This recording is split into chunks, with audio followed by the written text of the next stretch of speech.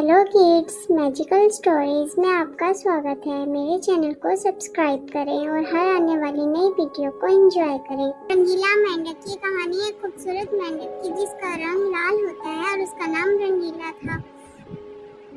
वो मेंढक एक अलग और अजीब नदी में रहता था, पर आहिस्ता आहिस्ता वो नदी सूख गई और मेंढक वहाँ से निकलकर दूसरी नदी को ढूंढने लगा।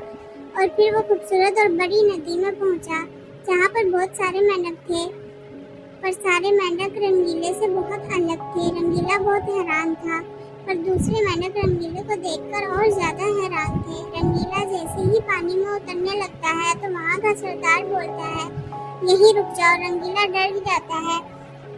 फिर वो सरदार रंगीले के पास आता है और पूछता है कि तुम ऐसे क्यों हो। रंगीला बोलता है, मैं नहीं जानता कि मैं सबसे अलग क्यों हूँ, पर मेरा अलग होना आप सबको नुकसान नहीं पहुँचाएगा।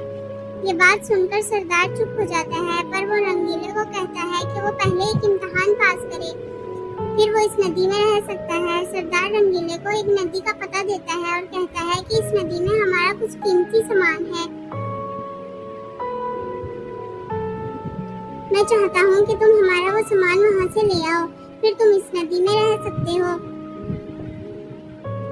रंगीला उस नदी में जाता है और वहाँ बहुत सारे जंगली मेंढक होते हैं। रंगीला वहाँ पर सबसे अलग दिख रहा होता है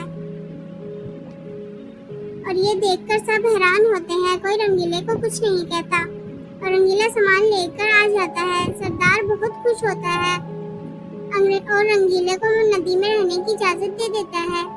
वो रंगीले के लिए अच्छा और खूबसूरत घर बनाता है, यानी कि रंगीले को उसका असल मुकाम मिल जाता है जो सबसे अलग होता है।